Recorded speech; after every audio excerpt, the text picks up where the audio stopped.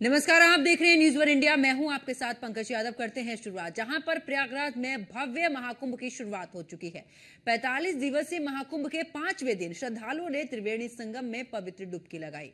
12 जनवरी से लेकर आज तक 7 करोड़ से अधिक पूज्य संतों, श्रद्धालुओं और कल्पवासियों की यहां पर आस्था की डुबकी इन सभी ने लगाई है। जहां पर स्नान के दौरान महाकुंभ में चाक चौबंद सुरक्षा व्यवस्था रही है।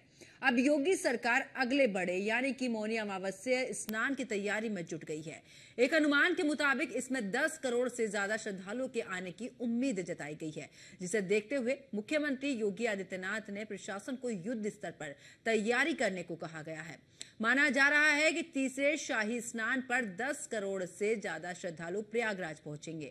लेकिन ऐसे में आपको बता दें कि लगातार श्रद्धालुओं का जाना बना हुआ है और आस्था की डुबकी लगाई जा रही है। लेकिन ऐसे में जो संख्या है वो लगातार बढ़ती जा रही है और महाकुंभ में जिस तरीके से उस सनातन धर्म की छवि नजर आ रही है, जिसको लेकर दुनिया की निगाहें थी, देश ही नहीं विदेशों से भी श्रद्धालु प्रयागराज का रुख कर रहे हैं और यहाँ पर आस्था की डुबकी लगा रहे हैं। सबसे बड़ा स्नान यानी कि इस दौरान मौनी अमावस्या, जिस पर कि 10 लाख से ज्यादा श्रद्धालुओं के पहुंचने का अनुमान लगाया जा रहा है। और इसी को ध्यान में रखते हुए मुख्यमंत्री योगी आदित्यनाथ ने प्रशासन को और भी ज्यादा व्यवस्थाएं दुरुस्त करने के निर्देश दिए हैं कि व्यवस्थाओं में किसी भी तरीके की कोई भी कमी नहीं आनी चाहिए और श्रद्धालुओं को किसी भी तरीके की कोई भी परेशानी ना हो, इसका खासा ख्याल भी रखा जाए। तो लगातार बढ़ते हुए श्रद्धालुओं की संख्या को देखते हुए राज्य सरकार ने यहां पर निर्देश दिए हैं। मान लीजिए, बिल्कुल मैं इस चीज को बिल्कुल एग्री कर जाती हूँ आपकी इस चीज को। आप हरियाणा से वो हरियाणा में भी कह रहे थे हम जीतने वाले हैं। हरियाणा में जीतने वाले, हरियाणा में। तो यहाँ पर सनातन और संस्कृति की अनोखी छटा यहाँ पर देखने को मिली। और सीधा रुख करते हैं प्रयागराज का, जहां पर मेरी सहयोगी अर्चना कौशल मेरे साथ में बनी हुई है। अर्चना, अगर बात करें, क्योंकि प्रयागराज में लगातार आंकड़ा तो बढ़ रहा है, वही अगर सबसे बड़े स्नान की बात करें, अमृत स्नान की मौनी अमावस्या, जहां पर 10 करोड़ से भी ज्यादा श्रद्धालुओं के पहुंचने की आशंका जताई जा रही है, ऐसे में व्यवस्थाओं में और कितने यहाँ पर बेहतरी देखने को मिल रही है?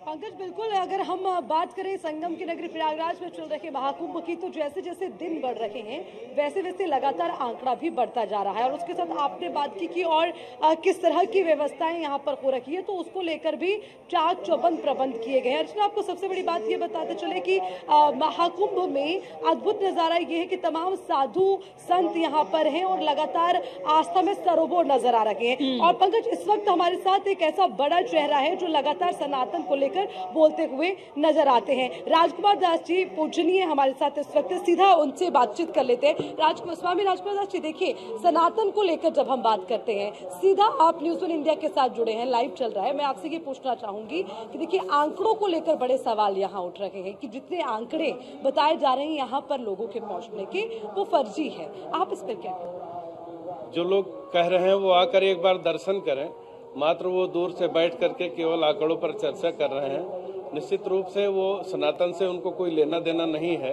और हमारे असंख्य भक्त यहाँ आकर के दर्शन कर रहे हैं, सत्संग लाभ ले रहे हैं। तो एक बार उनको यहाँ पधारना चाहिए श्री प्रयागराज धाम में, तो उनको सच्चाई से अपने आप वाकिफ हो जाएंगे। एक बार शाही आसन में आए, देखें यहाँ की संख्या और संतों भक्तों का श्रद्धा कितना है, किस श्रद्धा भाव से त्रिवेणी में जा करके लोग एक संवेद भाव में वहाँ गोता लगा रहे हैं और सत्संग में शामिल हो रहे हैं।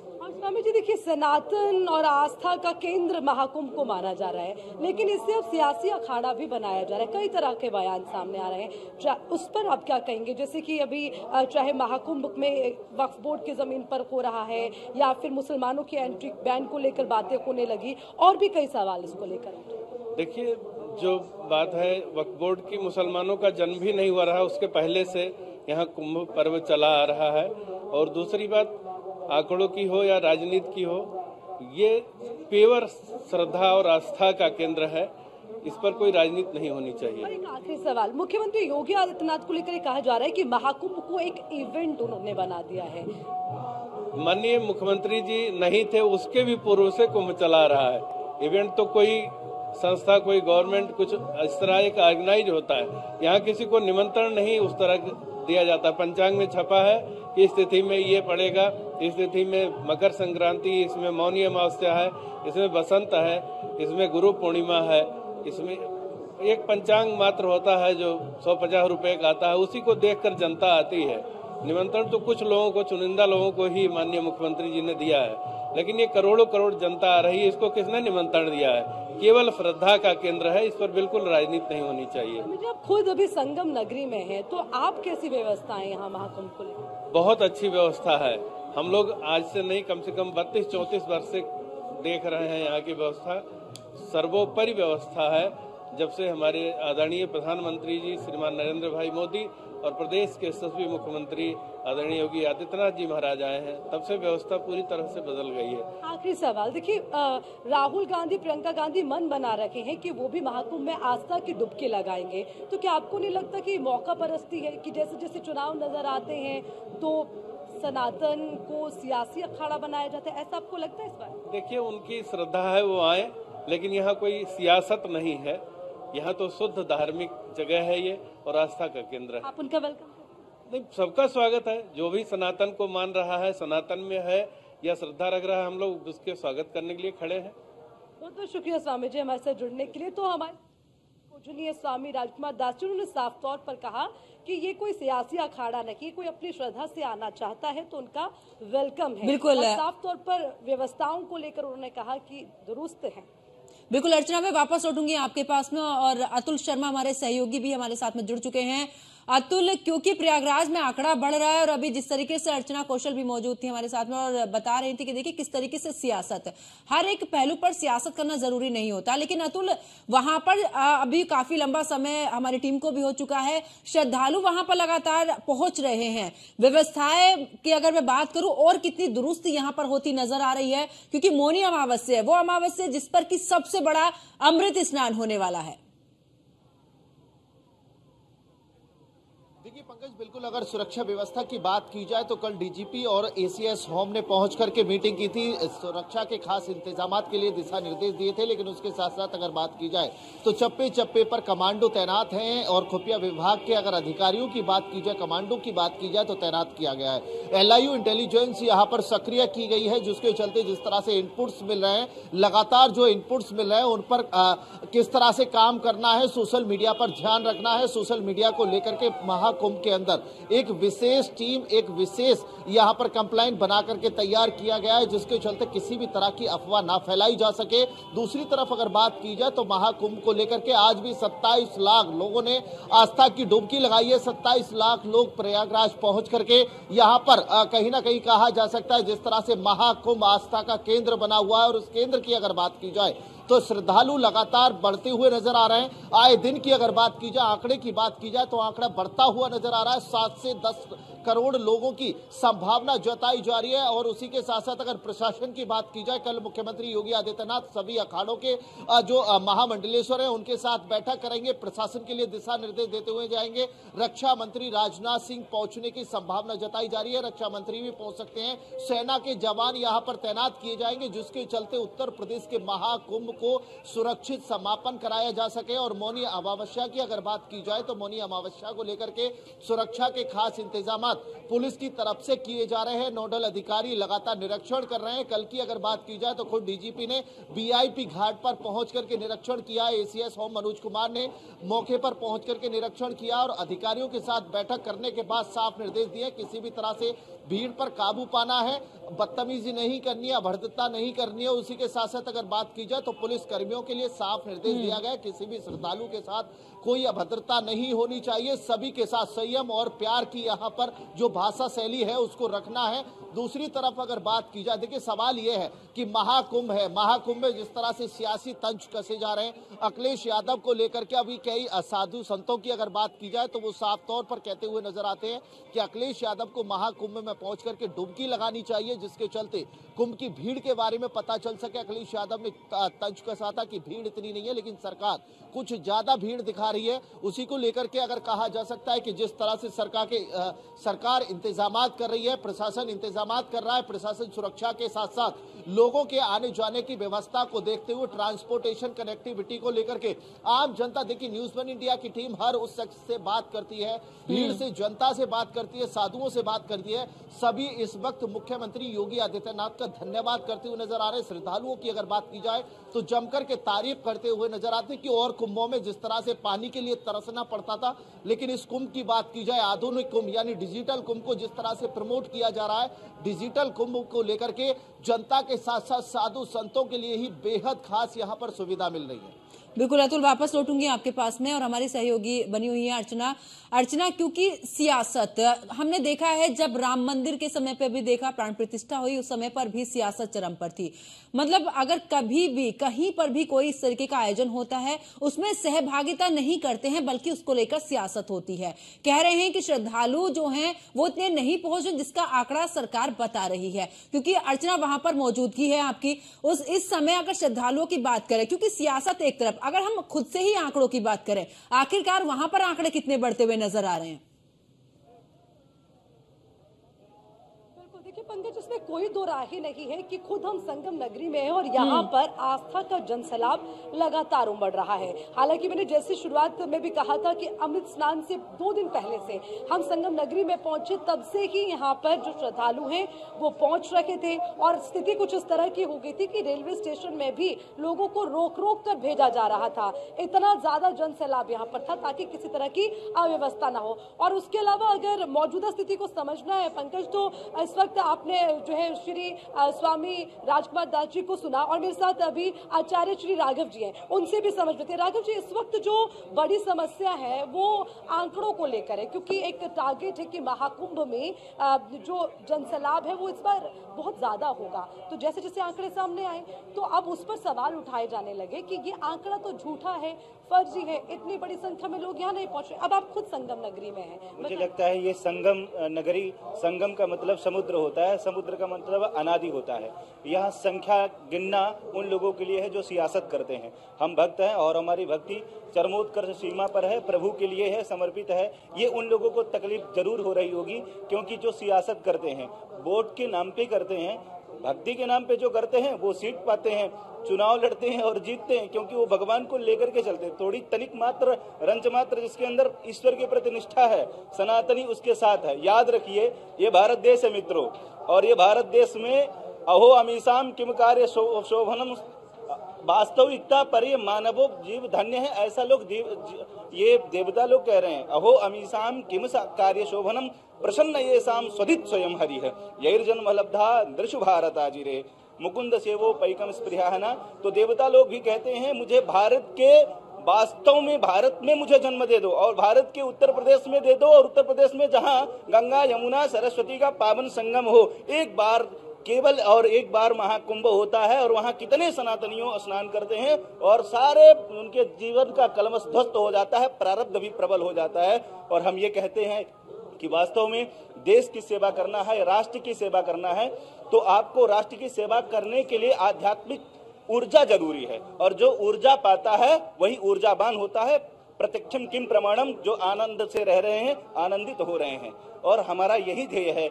आंकड़ा तो ठीक है, एक डिमांड है, और आंकड़ा उनके शायद आंख नहीं होगी। खैर मेरे तो चश्मा लगा है तब भी मुझे दिखता है, शायद वो बिना चश्मा लगाए वाले उनकी आंख नहीं होगी। भगवान उनको प्रज्ञा चक्षु दे, क्योंकि हमारे यहाँ प्रज्ञा चक्षु एक संत हैं, स्वामी रामभद्राचार्य जी, वो कुछ केवल सुन के सारी बातें बता देते हैं, महसूस करके बता देते हैं। हम लोग तो बचपन ही में सुना करते थे उनको। एक माता जी थी तो वो श्लोक गायन करती थी, और वो श्लोक गायन करते करते उनको सुन लिया जाता था और उन्हें कंठस्थ हो जाता था। तो मेरा आशा ये है कि आंकड़ा तो मुझे लगता है संख्या के लिए है, वोटों के लिए होता है। आंकड़ा तो वास्तविकता पर 40 करोड़ कहा था ना योगी जी ने, हम तो कहते हैं यहाँ 80 करोड़ आएंगे। आंख हो तो बड़ी बात और नहीं, बड़ी बात नहीं कह रहा हूँ ये मैं कोई उस तरह से बातें नहीं कर रहा हूँ कि मुझे टाइमलाइन चाहिए, मुझे बहुत ज्यादा व्यूअरशिप चाहिए, ऐसा कुछ नहीं। मुझे पॉपुलैरिटी चाहिए, कोई मतलब नहीं। और मैं झूठा बोलता भी नहीं हूँ, क्योंकि मैं ब्राह्मण हूँ, गायत्री संध्या करता हूँ और तुलसी धारण करता हूँ। मैं पाखंडवाद में विश्वास भरोसा नहीं करता, ठीक है, क्योंकि ईश्वर है। और वास्तविकता पर ये उत्तर प्रदेश है, जहाँ जहां श्री हरि की कृपा है, कल की भगवान ने क्या कृपा किया, संभल में भी प्रत्यक्षम किम प्रमाणम, आपने देखा होगा। मैं तो ये भी कहता हूं आदरणीय, जो भी सनातनी सुन रहा हो, जितने भी पुराने मस्जिद है मित्रों, हर जगह मेरे कहीं राम और कृष्ण की मूर्ति दबी होगी, ये ध्यान रखना। ये बाबर और मुगलों का आतंकवाद था, उससे मुक्ति पाने का एक ही विकल्प है, जय सनातन, जय कुंभ, दिव्य कुंभ, महाकुंभ, और यही हमारी सनातनियों की ताकत है। याद रखना, कुछ साल पहले तथाकथित रामचरितमानस के बारे में लोगों ने बोला था, क्या बोला था कि ये जो रामचरितमानस है मिथ्या है, गलत है। ये देख लो, रामचरितमानस के माध्यम से, एक सनातनी के माध्यम से, एक आयोजन के माध्यम से शायद उतने लोगों को वोट नहीं मिलते होंगे, उतनी सीट नहीं होती होंगी, इतने लोग, इतने नेता होते होंगे, उतने साथ जन लाभ नहीं होता, कितना लोकप्रिय होते होंगे। और एक बार देखिए, एक महात्माओं के आहूत करने से, एक महात्माओं के आहूत करने से एक शहर को बसाते हैं, शहर उजाड़ने के लिए। आचार्य जी, देखिए, जब हम महाकुंभ की बात करते हैं तो इसका एक अच्छा संदेश दूसरे देशों में जाना चाहिए, तो क्यों जब बड़ी बड़ी चीजें होती हैं, चाहे वो राम मंदिर की हम बात करें, वो एक बहुत लंबा संघर्ष रहा है, 500 वर्षों के बाद मौका मिला, महाकुंभ का भी एक अच्छा, बिल्कुल अर्चना, आपके पास मैं वापस लौटूंगी और अतुल हमारे साथ में हमारे सहयोगी बने हुए हैं। अतुल, क्योंकि सियासत की हम बात कर रहे हैं, राहुल गांधी, प्रियंका गांधी के जाने की संभावना जताई जा रही है, दूसरी तरफ अखिलेश यादव कह रहे हैं कि हम मां गंगा बुलाएंगी तो मैं जरूर जाऊंगा, यानी कि जहां पर आपको सनातन धर्म की वो तस्वीर नजर आ रही है, वहां पर जाने से आप कतरा रहे हैं, यानी कि आप धार्मिक होकर वहां पर जाइए, उससे कम से कम वहां से सियासत को हटाइए। क्या कुछ वहां पर और भी लोगों का कहना है इस तरीके से? देखिए, बिल्कुल कहा जा सकता है कि साधु संतों का साफ तौर पर कहना है कि जिस सरकार में महाकुंभ के दौर में पीने के लिए, पानी के लिए तरसना पड़ता था, आज वो कुंभ पर सवाल खड़े कर रहे हैं। लेकिन कहीं ना कहीं सरकार और शासन की तरफ से जो व्यवस्था है वो बिल्कुल दुरुस्त है। राहुल गांधी, प्रियंका गांधी की बात की जाए तो आस्था की डुबकी लगाने का यहाँ पर अवसर ढूंढ रहे हैं, लेकिन दूसरी तरफ अखिलेश यादव साफ तौर पर कहते हुए नजर आ रहे हैं कि अगर माँ गंगा बुलाएंगी तो हम जरूर जाएंगे। क्या माना जा सकता है कि माँ गंगा हर अपने भक्त को आमंत्रण दे रही है? महाकुंभ ये जो परंपरा है और जो ये कहा जा सकता है कि महाकुंभ का जो पर्व चल रहा है, इस पर्व में हर व्यक्ति अपने आप महाकुंभ में पहुंच करके आस्था की डुबकी लगा रहा है। लेकिन दूसरी तरफ अगर बात की जाए तो अखिलेश यादव जी, यानी पूर्व सीएम की बात की जाए, वर्तमान सांसद की बात की जाए, राष्ट्रीय अध्यक्ष की बात की जाए समाजवादी पार्टी से, वो साफ तौर पर कह रहे हैं कि अगर मां गंगे उनको बुलाती है तो वो कहीं ना कहीं पहुंच करके आस्था की डुबकी लगाएंगे। लेकिन मैं दूसरी तरफ अपने पीछे उस भीड़ को दिखाना चाहूंगा, ये वो भीड़ है जो इस वक्त जनसैलाब में यहां पर पहुंची है, आस्था की डुबकी लगा रही है। लगातार अगर बात की जाए तो ये सब मां गंगा के वो बच्चे हैं, वो पुत्र हैं, वो बेटियां हैं, वो बेटी हैं, जो सब यहां पर पहुंच करके आस्था की डुबकी लगा रही है। और ये वो डुबकी है, देखिए, अमृत स्नान है। अमृत स्नान इसलिए कहा जा रहा है क्योंकि महाकुंभ है 144 साल बाद, यानी 11वें पूर्ण कुंभ के बाद ये 12वां वो कुंभ है जिसको यहाँ पर अमृत स्नान कहा गया है।